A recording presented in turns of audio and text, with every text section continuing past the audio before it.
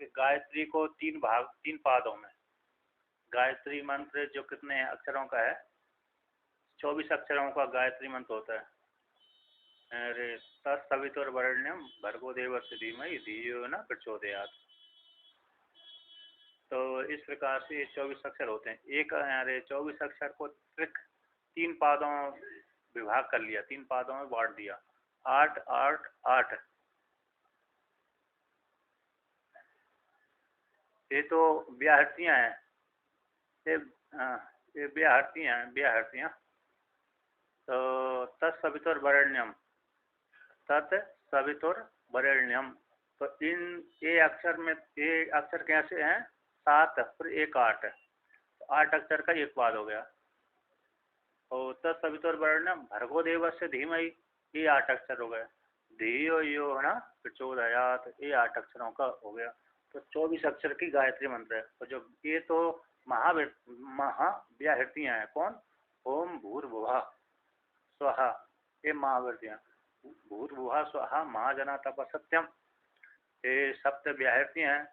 ये सातों व्याहृतियों में पूरा ब्रह्मांड आ गया। अतल बितल सुतल तलातल रसातल महातल पाताल, ये भी भूस कह देने से ही आ गया। तो 7 व्याहृतियाँ और 7 ऊपर के लोक, 7 नीचे के लोक, 14 लोकों का ब्रह्मांड है।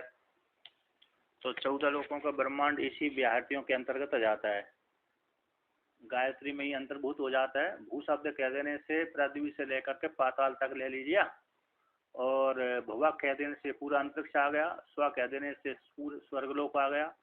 अब स्वर्गलोक से फिर यानी भुवा तक तो हमको दिखता है अंतरिक्ष लोक, तारे नक्षत्र आदि तक दिखते हैं। इसके बाद स्वर्गलोक, जो स्व शब्द से स्वर्गलोक आता है, वो नहीं दिखता हमको, वो शास्त्र के माध्यम से जाना जाता है। और स्वहा महाजना तप सत्यम, ये सारे शास्त्र के विषय हैं। एक के ऊपर एक, एक के ऊपर एक, एक के ऊपर एक, इस प्रकार से वर्णन किए गए हैं। और देवी भागवत पुराण के अनुसार कहें तो फिर वो सुमेरु पर्वत के चारों तरफ बसे हुए हैं। ये भू तो यही पृथ्वी, भुवा अंतरिक्ष ग्रह, स्वहा यानी स्वर्ग, वो भी सुमेरु पर्वत के एक कोने में बसा हुआ है। उससे ऊपर स्वहा महाजना तप सत्यम, ये भी ऊपर ऊपर ऊपर ऊपर, एक के ऊपर एक, एक के ऊपर एक, एक के ऊपर एक, ऐसे बसे हुए हैं। सबसे अंतिम में सुमेरु जो है, सुमेरु अरे मेरु अंतिम भाग, उसमें मणिद्वीप पर्वत है, मणिद्वीप है, वहाँ पर शिव और पार्वती रहते हैं। तो उसी ब्रह्मा और विष्णु और महेश के ये तीनों लोक हैं, ये सुमेरु पर्वत के 3 कोने हो गए, एक एक दिशा में। और अंतिम ऊपर, सबसे ऊपर हो गए सुमेरु, जो मेरु है अंतिम भाग, उसमें मणिद्वीप पर्वत है, मणिद्वीप है, तो वहाँ पर देवी विराजमान रहती है। ये देवी भागवत पुराण के अनुसार है। और जो महाव्याहृतियों के माध्यम से तो ऊपर के ऊपर ऊपर ऊपर ऊपर ऊपर ऊपर के लोग ही ले लेंगे, और शास्त्र के वो विषय शास्त्र के द्वारा ही देखे गए हैं। और अतल बितल सुतल तलातल रसतल महातल पाताल, ये भी अब जो पृथ्वी में बसे हुए हैं, चाहे तो उनको मान सकते हैं, चाहे पृथ्वी के भीतर। अब पृथ्वी के भीतर, जल के भीतर, जैसे जल के भीतर वरुण लोक है, तो मछली है, मगर है, कच्छप आदि है, ये सारे जल के भीतर रहते हैं, समुद्र के भीतर। वहीं पर वरुण देवता का निवास है। और सामान्य मनुष्य तो नहीं रह सकता है उस जल के भीतर, लेकिन जो उस योनि वाला ही रह सकता है। उसी प्रकार से नागलोक भी है। नागलोक तो पानी में भी, नाग तो पानी में भी रहते हैं, और वो भी नागलोक भी नीचे ही है, पृथ्वी के नीचे ही है, तो जल के भीतर ही रहता है, तो उधर उधर इस प्रकार से। तो अब जो विदेश आदि भी होते ना, तो पृथ्वी घूमती है, तो उसमें भी मान सकते हैं, जो भी है। तो ये वर्णन कर दिया। कौन क्या वर्णन हो गया? कह रहे जी इसी के भीतर जो दिखते हैं अभी वर्तमान काल के जो देश हैं, उनको भी ले सकते हैं। अरे किसके नाम से? मैं अतल बितल सुतल तलातल रसतल मातल पाताल के नाम से, क्योंकि और 7 महाद्वीप भी हैं, द्वीप हैं। तो 7 महाद्वीप कौन से हैं, है ना? सप्तद्वीप वाली पृथ्वी है ना ये, सप्तद्वीप वाली पृथ्वी। तो सप्तद्वीप वाली पृथ्वी का नाम है, कौन सा नाम है इसका? नाम है ये जम्बूद्वीप है, और दूसरा नंबर पर प्लक्षद्वीप है। जम्बूद्वीप में तो हम है ही, बस ही रह ही रहे। जम्बूद्वीप के भारतवर्ष के भारत खंड में हम रहते हैं। जम्बूद्वीप है, जम्बूद्वीप का जो भारतवर्ष है, और भारतवर्ष के भीतर भारत खंड है, और भारत खंड के भीतर हम लोग रह रहे हैं, जहाँ पर हैं, जिस प्रदेश में रह रहे हैं। तो जम्बूद्वीप, दूसरा है प्लक्षद्वीप, तीसरा है सालमली द्वीप, चौथा है कुशद्वीप, पांचवा है क्रौंच द्वीप, छठा है शाकद्वीप, सातवां पुष्कर द्वीप। ये 7 द्वीप वाली पृथ्वी कहलाती। सप्तद्वीपा मेदिनी, सप्तद्वीपा च मेदिनी, ऐसा वाक्य। अंडस्य अंतस्तुई में लोका सप्तद्वीपा च मेदिनी, ऐसा भगवान भास्कर ने श्लोक उद्धृत किया कहीं का, है ना? नारायण परो अव्यक्ताद अंडम अव्यक्त संभवम, अंडस्य अंतस्तुई में लोका सप्तद्वीपा च मेदिनी। तो 7 द्वीप वाली जो मेदिनी है, इस प्रकार से यहाँ पर आता है। तो ये सारे उसमें व्याहृतियों के अंतर्गत आ जाते हैं। अब जो व्याहृति इस पर जोड़ी जाती है कि नहीं, व्याहृति इसमें जोड़ दी गई हैं। अब जो गायत्री का एक ऋचा है, त्रिक भाग है, तो त्रिक भाग को लेकर कहते हैं कौन है? तो भूमिर अंतरिक्षम द्योरिति। भूमि में 2 अक्षर हैं, अंतरिक्षम में 4 अक्षर हैं, और द्योर, यद्यपि द्योर में एक ही है, लेकिन वहां पर यकार को द्वि का अलग 2 भाग कर लेना चाहिए। यकार को लेकर के संधि विच्छेद करके कहते हैं 2 हो जाएंगे। अथवा रकार को भी, जो विसर्ग है ना द्योर, तो रकार को भी आदाच मानते हैं। क्या मानते हैं? आदाच मानते हैं।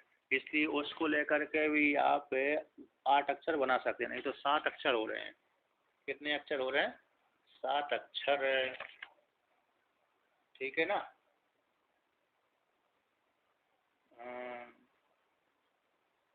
कहाँ पर आया था ये? द्योर 1417 नंबर पृष्ठ पे टिप्पणी में 9 नंबर टिप्पणी में अष्टौ अक्षराणि इति त्रैलोक नाम अक्षराणि अष्टौ द्योरिति अत्र में वर्ण विश्लेषणात्, वर्ण विश्लेषणेन अष्टत्वम इत्याहो, वर्ण के विश्लेषण करने से अष्टत्व की प्राप्ति होगी। अतः विसर्गस्य अक्षरत्वे तेन एव वह अष्टत्वमिति ध्येयम्। विसर्ग का अक्षर स्वीकार कर लेने पर विसर्ग को, रकार है द्योर, द्योर में जो रकार रूप विसर्ग है उसको अक्षर गिनेंगे, अच्छों के अंतर्गत मान लेंगे। तो अच्छ के अंतर्गत टिप्पणी में 9 नंबर टिप्पणी में 1417 नंबर पृष्ठ की, तो वहां पर विसर्ग का अक्षरत्व अम अच हा है ना, अम अच हा। तो अम अर्ध विसर्ग, अर्ध अनुस्वर और विसर्ग, ये कैसे आदि अक्ष होते हैं? कैसे होते हैं? आज विसर्ग को और अनुस्वर को आदाच मानते हैं, पूरा पूरा तो नहीं मानते, आदाच मानते हैं। इस प्रकार से यहाँ पर व्याकरण आएगी ना, उसमें अम अहा, तो विसर्ग अनुस्वर हो गया अम, और विसर्ग हो गया अहा, तो इनको क्या मानते? आधा आधा अक्ष स्वीकार करते हैं। इसको लेकर के द्योर में जो रकार है, रकार रूप विसर्ग है, उसको गिन सकते हैं। अथवा यकार को लेकर भगवान भास्कर तो सीधा सीधा यकार को लेकर कहते हैं, तो यकार को मान करके दकार अलग, दी अलग कर दो और यकार अलग कर दो, तो इसलिए कितने हो जाएंगे? 8 हो जाएंगे, नहीं तो 7 हो रहे हैं। उसी प्रकार से वरेण्यम में वरेणी अयम, गायत्री में जो पहले पाद है ना, तत्सवितुर्वरेण्यम, तो यहाँ पर भी वर्ण विश्लेष करना पड़ती है। सभी 24 अक्षर होते हैं। वर्णी बरे बरेण्यम बरेणी अयम, तो बरेण्यम हो जाता है। इस प्रकार से 8 अक्षर हो जाते हैं। तो इस प्रकार से अष्टौ अक्षराणी, ये 8 अक्षर हैं। एक गायत्री का प्रथम पाद है।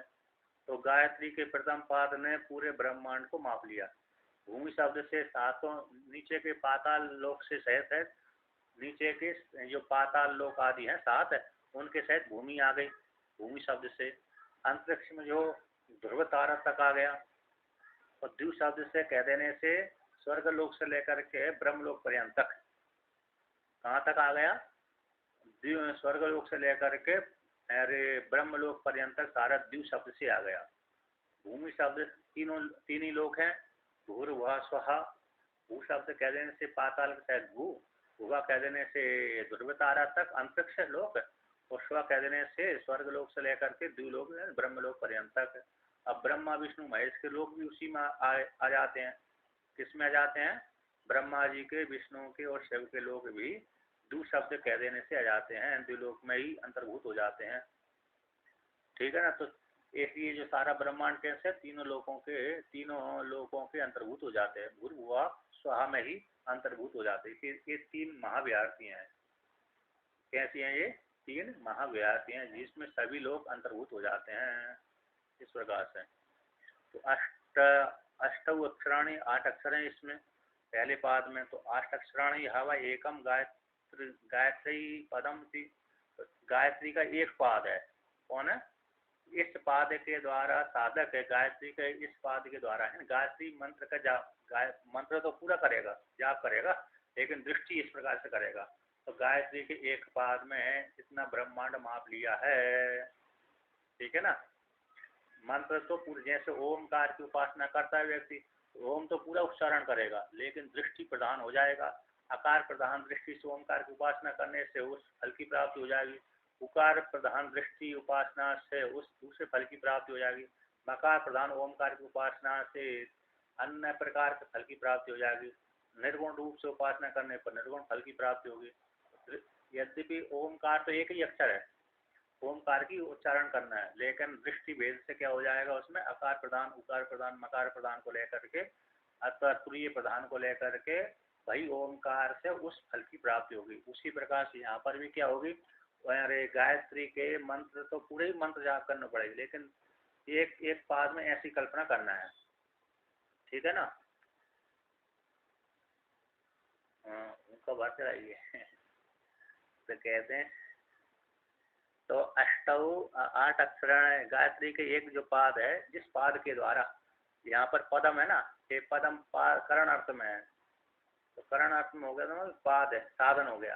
करण है साधन, इस साधन के द्वारा उस फल की प्राप्ति होती है। गायत्री के एक पाद के द्वारा एक फल की प्राप्ति हो जाती है। एक पाद में इतने 8 अक्षर हैं।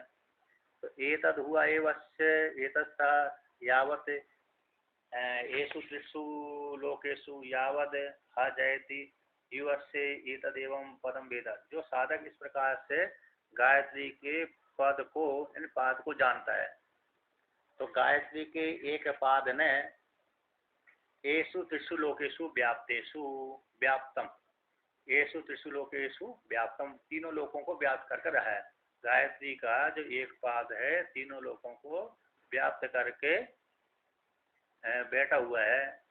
तावत जैसी, यावत कहते यावत यावत तावत, तो जितना गायत्री का एक पाद है, एक पाद के द्वारा जो जितना ब्रह्मांड व्याप्त है, उसी ब्रह्मांड को वह साधक है इस प्रकार से जान करके उपासना करता जीत जाता है, जीत लेता है, प्राप्त कर लेता है। ये तद हुआ एवस्य अस्य गायत्री की जो एतत् पाद है वो है। इस प्रकार से जो पाद है गायत्री का जो पाद है, एतत् इस पाद को, एतत् इस पाद को, पद को यानी पाद यानी पदम यानी पाद है। तो इस पाद को सब साधक है, जो उपासना करने वाला साधक है। तो तीनों लोकों में गायत्री का एक पाद व्याप्त है, इसलिए गायत्री के द्वारा गायत्री तीनों लोकों में व्याप्त होने के कारण तीनों लोकों के फल को वह जीत लेता है। तावत जीयति, उपासना करने वाला साधक जिस प्रकार जानकर वो उपासना करता है, जानता है, उपासना करता है। अब जान करके तो सामान्य रूप से गायत्री जाप करता है तो उसको सामान्य रूप से फल की प्राप्ति होती है। जी इस दृष्टि से उपासना करेगा कि जो गायत्री का एक बार इस ब्रह्मांड को व्याप्त करके रह रही है, उसका फल अलग हो गया।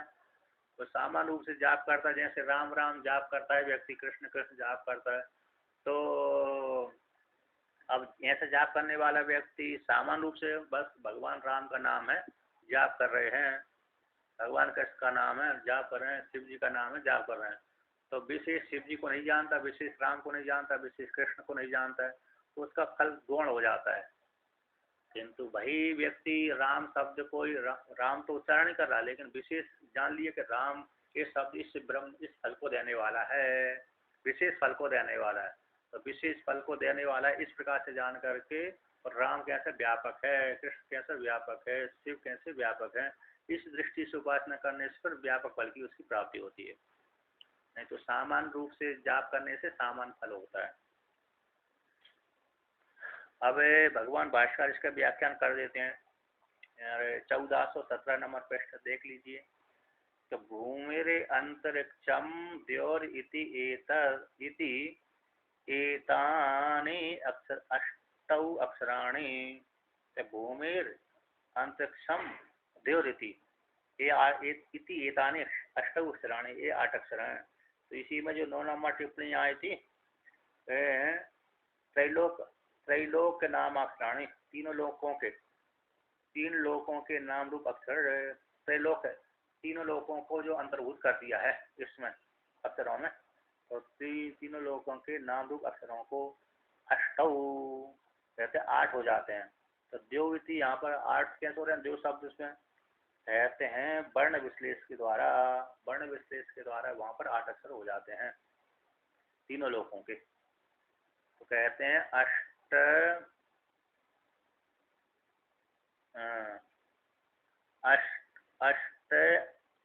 अष्टाक्षरम अष्टौ अक्षराणि यस्य तद इदम अष्टाक्षरम। अष्टाक्षरम मतलब 8 अक्षर, अष्टौ अक्षराणि, अष्टौ 8 अक्षराणि, अष्टौ में ना अष्टौ बहुवचन का वाचक होता है अष्टौ, तो अष्टौ अक्षराणि यस्य जिसके हैं उसको तद इदम अष्टाक्षरम, 8 अक्षर जिसमें है जिसके हैं उसको तो अष्टाक्षरम, जैसे जिसके। तो हा वही प्रसिद्ध अवधोत कहू, जो श्रुति में हा और वही शब्द आया है प्रसिद्धि का धोतन करने वाला है। निश्चित रूप से भूमि अंतरिक्ष और देव में 8 अक्षर होते हैं। तो कहते हैं उसी प्रकार से गायत्री के प्रथम पाद में भी 8 अक्षर होते हैं। तो एकम प्रथमम गायत्र्यः पदम, एकम पादम गायत्री का जो एक पाद है वह पाद भी 8 अक्षर वाला है, और गायत्री का एक पाद, जो भूमि आदि 3 लोक हैं ये गायत्री का मात्र एक पाद है। पदम यानी पादा, 10 नंबर टिप्पणी में लिखा है पदम यानी पादा, पाद यानी कर्ण, कर्ण व्युत्पत्ति में आता है। इसके द्वारा ये गायत्री का एक पाद है, इस साधन के माध्यम से उस फल की प्राप्ति हो जाएगी।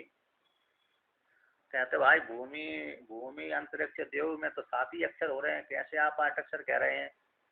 भूमि 2 हो गए, अंतरिक्ष 4 हो गए, 6, और देव में एक ही दिख रहा है, क्योंकि अक्षरों की प्रधानता होती है, हलों की प्रधानता नहीं होती। यदि हलों की प्रधानता करेंगे तो बकार 1 हो गया, मकार दूसरा हो गया, रकार तीसरा हो गया, नकार चौथा हो गया, तकार छठा हो गया, 1 2 3 4 5 है ना। बकार 1, मकार 2, रकार 3, तो नकार 4, तकार 5, फिर रकार 6, फिर का और 6 और 6 में 2 अक्षर होते हैं, 6 और 2 8, 8 के बाद फिर दकार अलग हो गया, 9 अक्षर हो रहे हैं। तो भाई यहाँ पर कितने हो रहे हैं, 9 अक्षर। यदि हलंत को गिनेंगे तो वहाँ पर 9 हो रहे हैं, फिर रकार और जोड़ देंगे, रकार के बाद 10 हो जाएंगे, फिर बिंदी जोड़ देंगे तो 11 हो जाएंगे। हाँ हाँ, मतलब हलों की मतलब जो व्यंजन की गिनती नहीं होती, हलों की जो संस्कृत में व्यंजन बोलते हैं और हल भी बोलते हैं, है ना।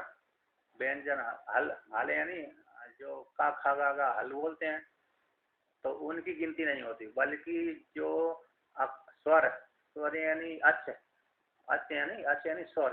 आ ई उ री री रे ले ए आई ओ औ, इनकी गिनती होती है। इनकी कैसे, इनको अच्छ बोलते हैं, स्वर बोलते हैं। तो स्वर छंद में गिनती होती है तो स्वर इन अच्छ की गिनती होती है। हल वर्ण की गिनती नहीं होती है, व्यंजन रूप जो हल है उनकी गिनती नहीं होती। यदि हम इसमें गिनती करेंगे हल वर्णों की तो 12 अक्षर हो रहे हैं। भूमि, अंतरिक्षम, उद्योग शब्द में कितने हो रहे हैं? 12 अक्षर हो रहे हैं। तो 12 पर संधि विकार हो गया, समानता नहीं हो रही। अष्टाक्षर, अष्टौ अक्षराणि ऐसा बोला है तो अष्टाक्षरम ऐसा बोला है तो घटना नहीं घटेगी। इसलिए अक्षरों पर ही गिनती होती है। जितनी गिनती होती है अक्षरों को लेकर के। तो इस प्रकार से तो गायत्री के एक पाद में 8 अक्षर होते हैं। तो यहाँ कहते हैं, यहाँ तो भाई 7 है, भूमि, अंतरिक्ष, द्योर, इसमें तो 7 ही दिख रहे हैं, कैसे आप 8 अक्षर कह रहे हैं? सर यकारेण एव अष्टत्व पूर्णम, यकार के द्वारा ही, किसके द्वारा? यकार के द्वारा ही 8 अक्षर पूर्ति कर लेना चाहिए, ठीक ना। अच्छा, गायत्री में ना तत्सवितुर्वरेण्यम, तत्सवितुर्वरेण्यम 1 2 3 4 5 6 7 8, तो तत्सवितुर्वरेण्यम ऐसा आता है वहां पर गायत्री में। तो वरेण्यम, तो वरेण्यम में वहां पर वरेण्यम में है ना, तो वरेण्यम में तो उस प्रकार से वहां पर भी यदि संधि विच्छेद नहीं करेंगे वहां भी 7 अक्षर हो रहा है। संधि विच्छेद न करने पर वहां भी कैसे हो जाए? 7 अक्षर होते हैं। तो उस प्रकार से वहां पर संधि विच्छेद करके कितने हो जाते हैं? 8 अक्षर हो जाते हैं। वरेणी अयम वरेण्यम, इस प्रकार से जान लेना चाहिए। वरेण्य यहाँ पर तत्सवितुर वरेण्यम ऐसा आया है हमारे जो 11वीं पंक्ति टिप्पणी में। तो वरेण्यम इति स्वरद्वयम, वरेण्यम इति स्वरद्वयम जान लेना चाहिए। वरेण्यम, वरेणी अयम, तो संधि विच्छेद कर वरेणी अयम ऐसा कर देंगे तो वरेण्यम हो जाएगा। अथवा यहाँ पर कैसे कभी कभी कैसे तद्धित प्रत्यय है ना, तद्धित प्रत्यय में इकार के स्थान पर यकार हो जाता है।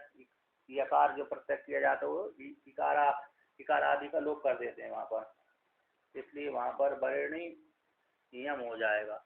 और संधि विच्छेद कर अयम करेंगे तो अया करेंगे तो वरेणी अयम था तो वरेण्यम हो जाएगा, इसलिए वहाँ पर इस प्रकार से जान लेना चाहिए। तो गायत्री में भी वरेणी यम इति ऐसे संधि विच्छेद कर दो तो वरेण्यम हो जाएगा, तो 8 अक्षर हो जाएंगे वहां पर भी। तो यकारेण, तो यहाँ पर भगवान वास्तव कहते हैं यकार के द्वारा ही, यकारेण एव, यकार के द्वारा ही अष्टम पूर्णम 8 अक्षरों को पूर्ति कर लेना चाहिए, नहीं तो 7 ही अक्षर हो रहे थे।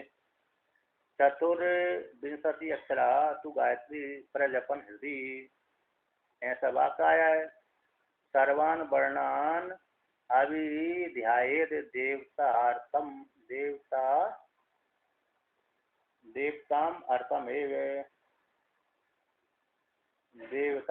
अर्थमेव च। हाँ, सर्वान वर्णान अभिध्यायेत देवताम अर्थमेव च। कहते चतुर्विंशति अक्षराम तु गायत्री प्रजपन हृदय, हृदय में चतुर्विंशति 24 अक्षरों को जाप करता हुआ सारे वर्णों के सारे वर्ण और वर्णों के भीतर वर्णों के एक एक अभिमानी देवता, वर्ण के जो अक्षर होते हैं, अक्षर के जो अभिमानी देवता हैं, उन देवताओं को क्या करे? उनको भी ध्यान करे, उनको जान ले कि इस वर्ण का ये अक्षर शुरू में जान ले, क्या कर ले? शुरू में जान ले इस वर्ण का ये अक्षर है, ये वर्ण का ये अक्षर है ना, ये वर्ण का इस अक्षर का ये देवता है, इस अक्षर का ये देवता है, इस अक्षर का ये ऋषि है। गायत्री जब जाप पुरुषण करते हैं ना, तो पुरुषण करने पर गायत्री छंद का गायत्री मंत्र का पुरुषण करने पर वहाँ पर गायत्री जब विनियोग करेंगे, न्यास करेंगे, तो उसमें गायत्री के जो 24 अक्षर हैं तो 24 अक्षर के एक एक देवता होते हैं, एक एक देवता के एक एक ऋषि कर दिया, छंद एक एक अक्षर के एक एक छंद भी हो जाते हैं वहाँ पर। तो पुरस्कार विधि में विस्तार पूर्वक वर्णन आता है। जैसे जैसे शिव जी का जो पंचाक्षर मंत्र है ना, तो पंचाक्षर मंत्र का ये 5 अक्षर है, उस 5 अक्षर के अलग अलग देवता हैं। कौन से 5 अक्षर के अलग अलग देवता हैं, अलग अलग ऋषि हैं, अलग अलग वर्ण हैं, ठीक है ना, शिव जी के पंचाक्षर मंत्र का। उसी प्रकार से गायत्री मंत्र के जो 24 अक्षर हैं, 24 अक्षर के एक एक देवता अलग अलग है, ऋषि अलग अलग है, लेकिन संपूर्ण गायत्री मंत्र के देवता तो सूर्य भगवान है। संपूर्ण गायत्री मंत्र के देवता कौन है? हिरण्यगर्भ सूर्य भगवान है, ठीक है ना, संपूर्ण के। लेकिन एक एक अक्षर के अलग अलग हैं, ब्रह्मा है, विष्णु है, रुद्र है, अग्नि है, सूर्य है, चंद्रमा है, इत्यादि अलग अलग है, स्वतंत्र एक एक अक्षरों के। लेकिन मेरे संपूर्ण गायत्री मंत्र का एक अभिमानी देवता मात्र सूर्य देवता है। इस प्रकार से जान लेना चाहिए। तो बरेणी अयम, बरेण्यम, तो बरेणी यम इति बरेण्यम। इस प्रकार से यहाँ पर भी यकार के द्वारा क्या हो गया, 8 अक्षर हो जाते हैं। उसी प्रकार से यहाँ पर भी द्यो है ना, दी, हाँ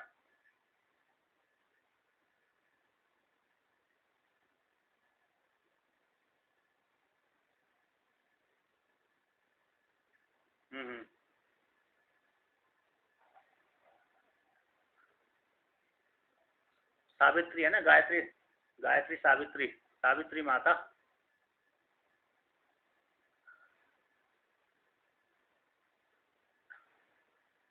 गायत्री सावित्री, गायत्री शब्द स्त्रीलिंग वाचक है ना गायत्री, तो इसलिए वो गायत्री सावित्री, लेकिन अभिमान देवता सूर्य भगवान ही है उसके, गायत्री के।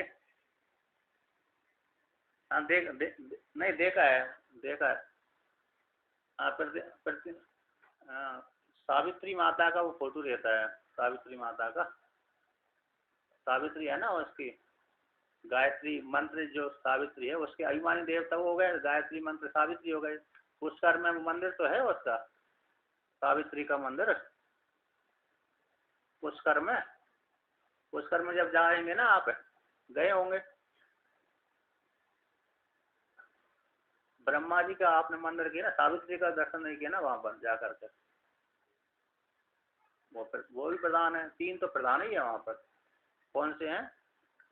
ब्रह्मा जी का दर्शन, चक्र तीर, ब्रह्मा जी कुंड में वो कुंड में स्नान करना, ब्रह्मा जी का दर्शन करना, और सावित्री मंत्र का सावित्री मंदिर पे जाना, ये 3 है। वो पहाड़ी पे देवी सावित्री देवी पहाड़ी पे बैठी हुई है, पहाड़ी पे। तो पहाड़ी पे नहीं गए आप, भूल गए, इसलिए दोबारा फिर जाना है क्या नहीं। और वहां पर सप्तऋषियों ने भी तपस्या करी है, वो पहाड़ है ना, पहाड़ पे आरावल पर्वत बोलते हैं उनके मेरे। और वहीं पर 500 पांडवों ने पहाड़ के नीचे, 500 पांडवों ने भी अपने अपने नाम शिवलिंग की स्थापना करी है। बहुत तीर्थ है वहां पर भी, शिवलिंग की स्थापना भी है। शिव जी वो पांडवों के शिवलिंग भी बने हुए हैं अभी भी। ये तो पहाड़ी के किनारे ही है, जहाँ पर जो ब्रह्मा जी के मंदिर के सामने से पहाड़ी देखेंगे ना, ब्रह्मा जी का जो मंदिर है, मंदिर के तरफ पीट करके फिर जब सामने पहाड़ देखेंगे, उस पहाड़ के तलहटी में ही वो शिव जी के मंदिर है। उसी उसी पहाड़ पर ही विश्वामित्र मुनि आदि सारे ऋषियों के आश्रम है, उसी पहाड़ पर। मैं तो रहा था 8-15 दिन, इसलिए तब हुआ था मैंने। तो 3 तो प्रधान है वहाँ पर। एक बूढ़ा के बूढ़ा पुष्कर भी है वहाँ पर, अभी विकास हो गया उसका, बूढ़ा पुष्कर। 2 पुष्कर है, एक नया पुष्कर, जो नया पुष्कर तो यहाँ पर सभी बस्ती बसी हुई है, एक बूढ़ा पुष्कर भी है वहाँ से, अरे 10-15 किलोमीटर दूर ही है। तो वो भी अच्छा कुंड बना दिया सरकार ने, बना रही होगी, ये है। तो देख लीजिए। तो गायत्री सावित्री है ना, गायत्री देवी, सावित्री माता, गायत्री सावित्री आदि का सविता, तो सावित्री सविता ही तो है, अभिमान देता सूर्य भगवान है।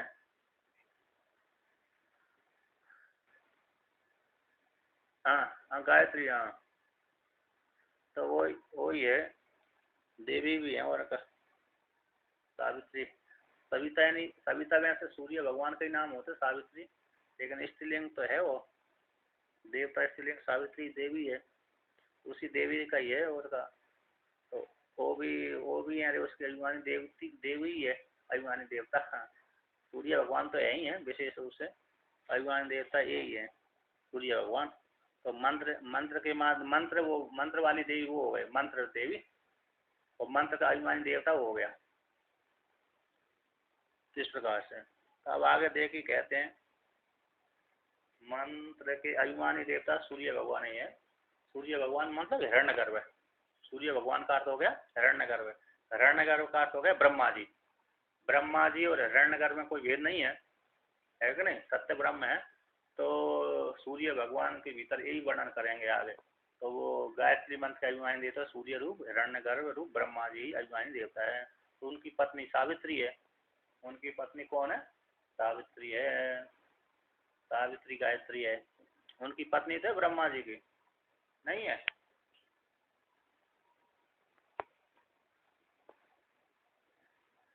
नहीं, दोनों ही है। हाँ, ब्रह्मा जी की पत्नी दोनों ही है, सावित्री गायत्री दोनों ही है। मतलब अरे गायत्री भी है और सरस्वती भी है, दो दो पत्नी है उनकी। तो देखिए अब आगे कहते हैं अष्टाक्षरम अरे यकारेण एव अष्टत्वम पूर्णम। यकार के द्वारा अष्टत्व पूर्ण कर लेना चाहिए, नहीं तो 7 अक्षर होंगे। गायत्री मंत्र में पहले पाद में 7 अक्षर होंगे और इसमें भी यहाँ पर 7 अक्षर हो रहे हैं, इसलिए यकार के द्वारा 8 अक्षर जान लेना चाहिए दोनों जगह। अब कहते हैं रकार को गिनेंगे तो यहाँ पर भी 8 अक्षर हो जाएंगे, रकार को मान करके यानी विसर्ग को मान करके। अब वो इसका फल वर्णन करते हैं।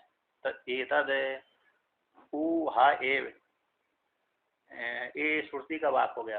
एतद एव, यह गायत्री का जो प्रथम पाद है, अस्या गायत्र्या पदम इन पाद प्रथमो भूम्यादि लक्षणास त्रैलोकात्मा। गायत्री का जो प्रथम पाद है, अस्या गायत्री का जो पहला पाद है, प्रथम पाद जो भूमि आदि लक्षण वाला है, वो पहला पाद गायत्री का कैसा है? वो त्रैलोकात्मा है, इन तीनों लोगों को व्याप्त करने वाला है। गायत्री का प्रथम पाद तीनों लोगों को व्याप्त करके रहता है। तो अष्ट अक्षरत्व सामान्यात, कहते हैं किस प्रकार से तीनों लोगों को व्याप्त करके रहने वाला गायत्री का प्रथम पाद है? क्योंकि द्व्युलोक अंतरिक्ष लोक और भूमि में, भूमि अंतरिक्ष और द्व्युलोक में भी 8 अक्षर हैं और गायत्री के प्रथम पाद में भी 8 अक्षर हैं। तो दोनों जगह 7-7 है, 7-7 को संधि विच्छेद कर देने से यकार के द्वारा दोनों जगह ही 8-8 अक्षर बना लिए यकार को लेकर के। तो अष्ट अक्षर सामान्य को लेकर के इस प्रकार से आरोप कर लिया। ऐसा आरोप करके व्यक्ति कुछ चिंतन करे तो उसको इस तीनों लोगों फल की प्राप्ति हो जाएगी उपासक को।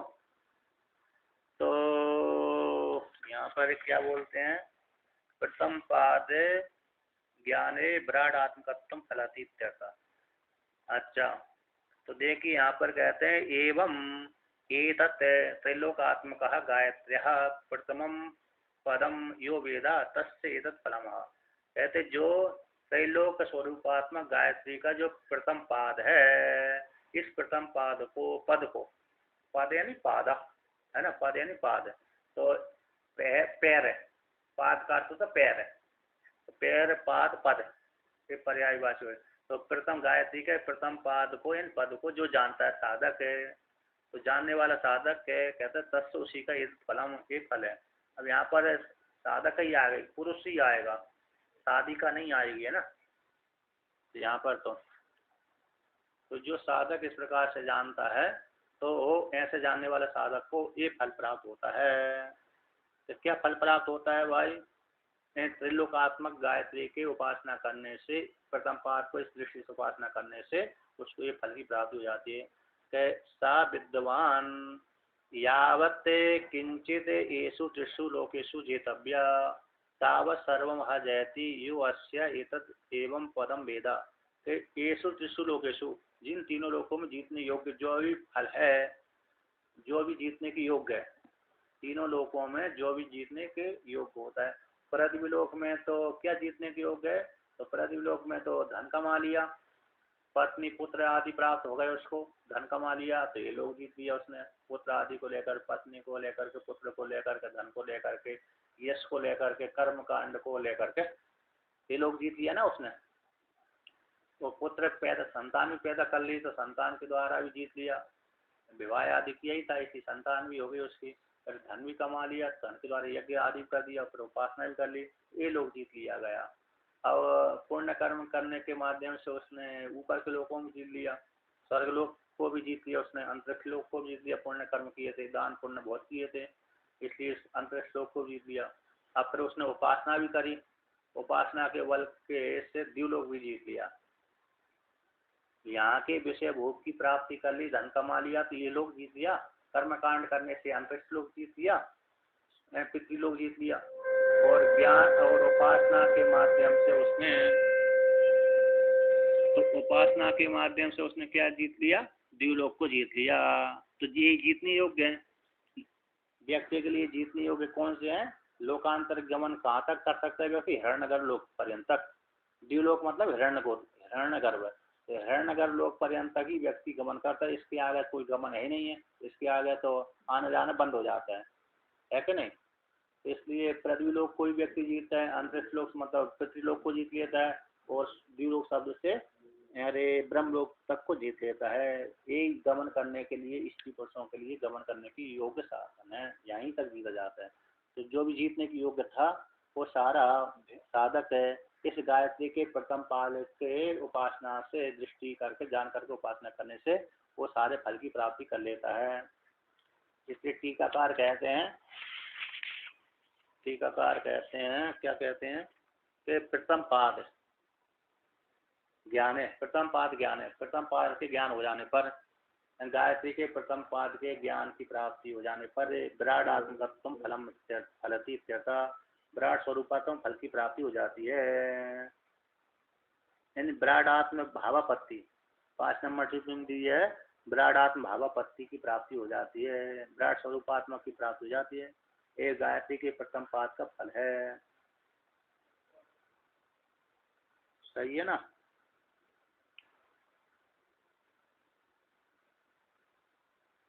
अब इस प्रकार से वर्णन कर दिया। अब गायत्री का द्वितीय पाद को लेकर कहते हैं, भूर तत्सवितुर्वरेण्यम हो गया, भर्गो देवस्य धीमहि। इस जो दूसरे पाद में भी भर्गो देवस्य धीमहि, इसमें तो 8 अक्षर स्पष्ट ही है, इसमें संधि विच्छेद करने की जरूरत है नहीं पड़ती। तो अब इसमें कहते हैं ऋग्वेद आदि को लेकर के यहाँ पर आरोप कर रहे हैं। इसको लेकर के आरोप कर रहे हैं श्रुति, ऋग्वेद आदि को लेकर के। ऋग्वेद आदि वेद के द्वारा जो प्राप्त करने योग्य होता है, ज्ञान को छोड़ करके, मतलब निर्गुण परमात्मा को छोड़ करके जो लोकांतर गमन में जो योग्यता होती, प्राप्ति होती है, वो गायत्री के द्वितीय पाद के द्वारा प्राप्त हो जाता है। इस प्रकार से आरोप करके गायत्री को महान बनाते हैं। गायत्री महान है, तो उसी को लेकर के वेदों में गायत्री के दूसरे पाद का आरोप करते हैं। ऋचो यजुंसी सामानीति अष्टाउ अक्षराणि,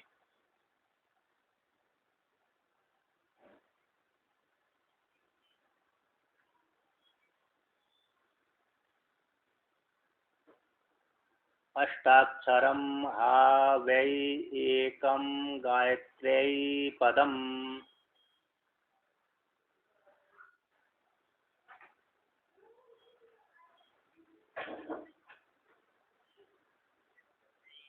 एतद् हु आय एव अस्या एतत् सा यावतीयं त्रयी विद्या तावथा जयति।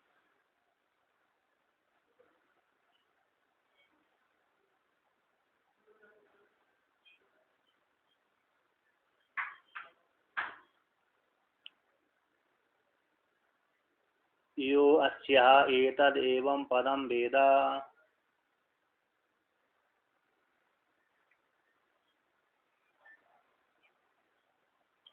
तो यहाँ पर कहते हैं ऋचो में 2 अक्षर हो गए, यजुंसी में 3 अक्षर हो गए, या री में रीकार को 1 अक्षर बोलते हैं, अच्छे रीकार कैसे स्वर यानी अच्छे, तो रीकार को अच बोलते हैं। एक अक्षर चकार में आकार है ही है, दूसरा अक्षर हो गया, ठीक है ना। और जो तो वो विसर्ग हो गया, विसर्ग को तो करके एक ही अक्षर हो गया, तो चो में वो हो गया, ये दूसरा हो गया अक्षर। यकार में पुनः यकार में एक अक्षर हो गया आकार। जून से है ना, जून में भी एक अक्षर हो गया उकार, और सी में इकार हो गया, तो एक दो तो कितने हो गए, 5 अक्षर हो गए। सामानी 5, और साम में आकार है, मकार में वकार, और नी में भी इकार है, कितने हो गए, 8 अक्षर हो गए। ऋग्वेद, यजुर्वेद और सामवेद, ऋचु में 2 अक्षर है, यजुंसी में 3 अक्षर, और सामान्य में 3 अक्षर, तो एक कितने हो गए, 8 अक्षर। और अथर्ववेद भी इसी में अंतर्भूत हो गया भाई, क्योंकि अथर्ववेद का स्वतंत्र लक्षण नहीं किया था, इसलिए अलग कर देते हैं, उसी में अंतर्भूत कर लेते हैं। यदि स्वतंत्र उसका अथर्ववेद का लक्षण करते तो स्वतंत्र कह देते उसको, ठीक है ना। लेकिन अथर्ववेद का स्वतंत्र लक्षण नहीं है, क्योंकि नियत पाद अक्षर अवसान रहते, अनियत पाद अक्षर अवसान यजु और गीति प्रधान साम, ऐसा तीनों वेदों के लक्षण किए, उसी में रे अंतर्भूत हो जाते हैं। कौन, अथर्ववेद। उसमें भी ज्ञान कांड भी है, उपासना भी, कर्म कांड, तीनों ही कांड है अथर्ववेद में, ऐसा नहीं कि उसमें ना हो, है क्या नहीं, उसमें भी ये सारे ही हैं। और ब्राह्मण और संहिता भाग दोनों ही है, ब्राह्मण भाग भी है, संहिता भाग भी है उसमें भी, इस प्रकार से। तो कहते हैं ये 8 अक्षर हो गए, तो अष्टौ अक्षराणि, 8 अक्षरम, अष्टाक्षरम हा गई, एकम गायत्री पदम, तो गायत्री के एक पाद में भी 8 अक्षर होते हैं। गायत्री के द्वितीय पाद में भी कितने होते हैं, 8 अक्षर। पहले पाद तो वर्णन कर दिया, द्वितीय पाद में भी गायत्री का द्वितीय पाद भी 8 अक्षर वाला है। तो उसी प्रकार से ऋग्वेद, यजुर्वेद, सामवेद, इसमें भी कितने हैं, 8 अक्षर हैं। ऋग्वेद, यजुर्वेद, सामवेद, ये तीनों वेदों में, तीन उपलक्षित 4 वेदों में, तो ऋचु शब्द से, यजुंसी शब्द से और सामान्य शब्द से लेना है यहाँ पर, नहीं तो यजुर्वेद ऋग्वेद कहेंगे, ऋग वेद उसमें 3 पहले ही हो गए, ऋग्वेद, ऋग वेद, यजुर्वेद ऐसा कहेंगे तो वो ज्यादा हो रहा है वहाँ पर। ऋग्वेद, यजुर्वेद, सामवेद ऐसे ऐसे शब्द जोड़ेंगे तो ज्यादा हो जाएंगे, लेकिन ऋचु, यजुंसी, सामान्य इस शब्द को जोड़ने पर ही 8 अक्षर हो रहे हैं, ठीक है ना। तो कहते हैं इस प्रकार से। अब कहते हैं एतत्, जो गायत्री का एक पाद है, अस्य एव हा, ऊ हा ए प्रसिद्धि का द्योतक है। हाँ, गायत्री के द्वितीय पाद में भी 8 अक्षर हैं। अस्य हा, गायत्री का ए पाद है। एतत् कहते हैं अब, यावती यम त्रैविद्या, जो त्रैविद्या है तीनों वेद, तीन उपलक्षित चारों वेद, तो चारों वेदों के द्वारा, त्रैविद्या रूप चारों वेदों के द्वारा, यावत जयती, जो जीतने की योग्य है, जो प्राप्त करने की योग्य, जीतने की योग्य है, कर्मकांड के माध्यम से, उपासना के माध्यम से, इसके माध्यम से, कर्मकांड के माध्यम से, उपासना के माध्यम से जो जीतने योग्य है, तावत उतना ही वह अस्य गायत्री का एतद पदम वेदा, जो गायत्री के एक द्वितीय पाद को जानकर उपासना करते हैं गायत्री का, तो उसको उस फल की प्राप्ति हो जाती है जो तीनों वेदों के द्वारा जीतने योग्य होता है, जानने योग्य होता है। मतलब ब्रह्म भी आ गया, तो वहाँ पर ये ब्रह्म अभी सोपाधिक ब्रह्म है, यहाँ पर निर्गुण निराकार परमात्मा नहीं है, क्योंकि लोकांतर गमन होता है यहाँ पर उपासना के माध्यम से, और ज्ञान के द्वारा तो लोकांतर गमन होता नहीं है, वो तो स्वरूप भूत है, प्राप्तव्य है ना, जानना है। यहाँ पर तो अभी जीत रहा है, यानी वो जीत रहा मतलब उस लोकांतर गमन करेगा साधक। तो इस प्रकार से जानकर उपासना करता है, तो वो कहते हैं वो विराट के साथ एकीभूत हो जाता है, विराट भाव को प्राप्त हो जाता है, हिरण्यगर्भ भाव को प्राप्त हो जाता है। स्थूल शरीर में विराट भाव, स्थूल शरीर में अरे कौन सा हो गया, हिरण्यगर्भ हो गया। इस प्रकार से हिरण्यगर्भ को ले लीजिए, यहाँ पर कौन को ले लीजिए, हिरण्यगर्भ को ही। यहाँ पर भगवान टीकाकार ने ऐसे नहीं बोला, पहले में टीकाकार ने विराट आत्मा का वर्णन कर दिया था।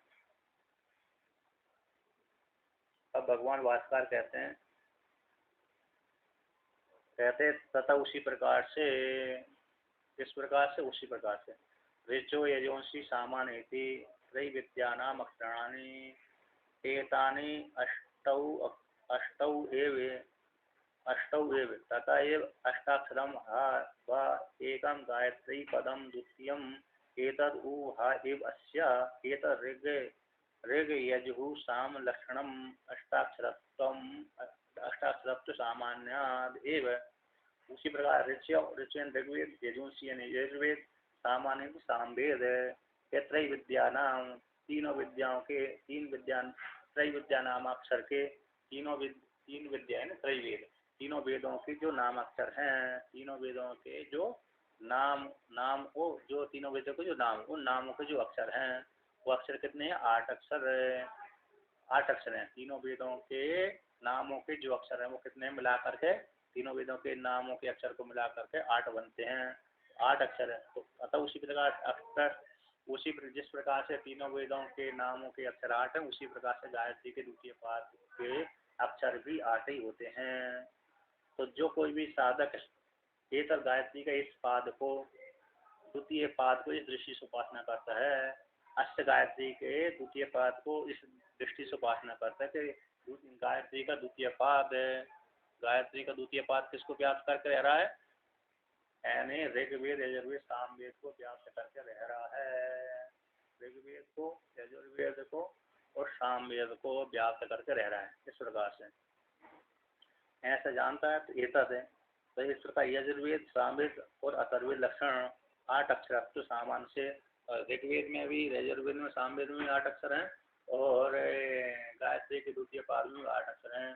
तो द्वितीय पाद में 8 अक्षर होने से गायत्री ने पूरे वेद को व्याप्त करके रख लिया। तो उस प्रकार वेद के द्वारा जो जीतने योग्य होता है, जानने योग्य होता है, वह गायत्री के द्वारा जान लिया जाता है। कहते हैं इस प्रकार से समानता हो गई ना। तो सा यावती यम त्रैविद्या, त्रय्या विद्या यावत् फलम जातम आपतते तावदा जयति यो अस्य एतद् गायत्र्याः त्रैविद्य लक्षणम पदम भेदा। कहते हैं यावती, जो कोई भी साधता है, साधक, जो कोई भी साधक है, यावती त्रैविद्या, इन त्रैविद्या के द्वारा, तीनों वेदों के द्वारा जो फल की प्राप्ति करता है साधक है, उतना ही तावत, उतना ही जयती, उतना ही जीते, तावत ही जयती। क्यों?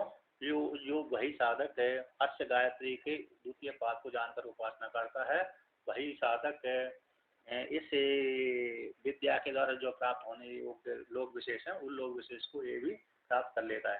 यानी लोक विशेष यानी तीनों वेदों के द्वारा जो प्रतिपाद्य कर्मकांड है, प्रतिपाद्य कर्मकांड उपासना है, वो जैसे उसके द्वारा जीतता है, कर्मकांड के द्वारा, उपासना के द्वारा जीतता है दूसरा साधक, उसी प्रकार से ये साधक भी, गायत्री को उपासना करने वाला भी इस दृष्टि से उपासना करता है तो उतनी फल को प्राप्त कर लेता है।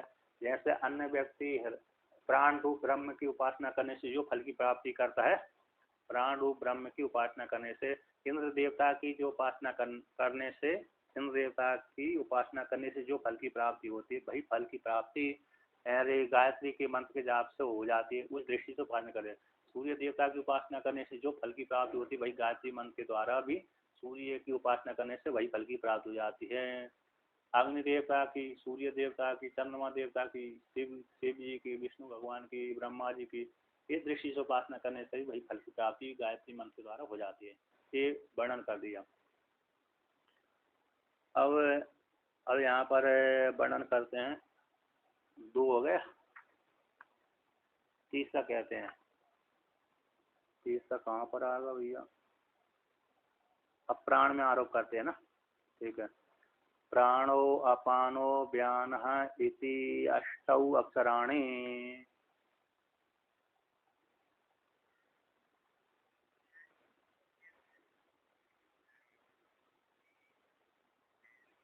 अष्टाक्षरम हा वै एकम गायत्री पदम।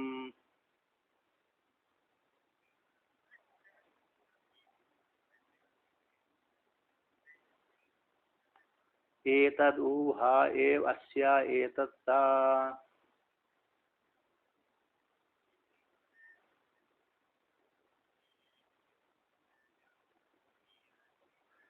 यावद् इदं प्राणी तावद् जयति।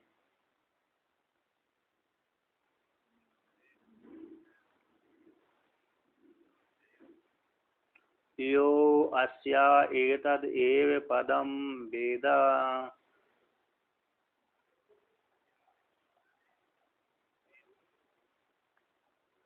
अत अस्य एतद् एव तुरीयं दर्शितं पदम्।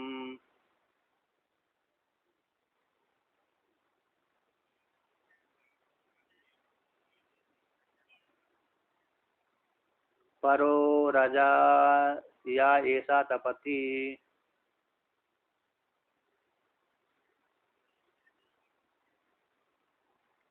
यद वै चतुर्थम तत्तुर्यम दर्शितम पदमिति।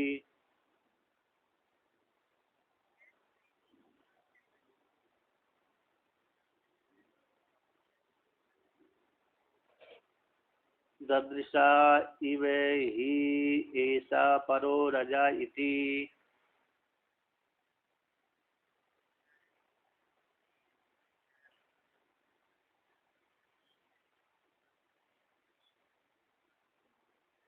सर्वम् ऊहा एव एषा रजा उपरि उपरि तपति।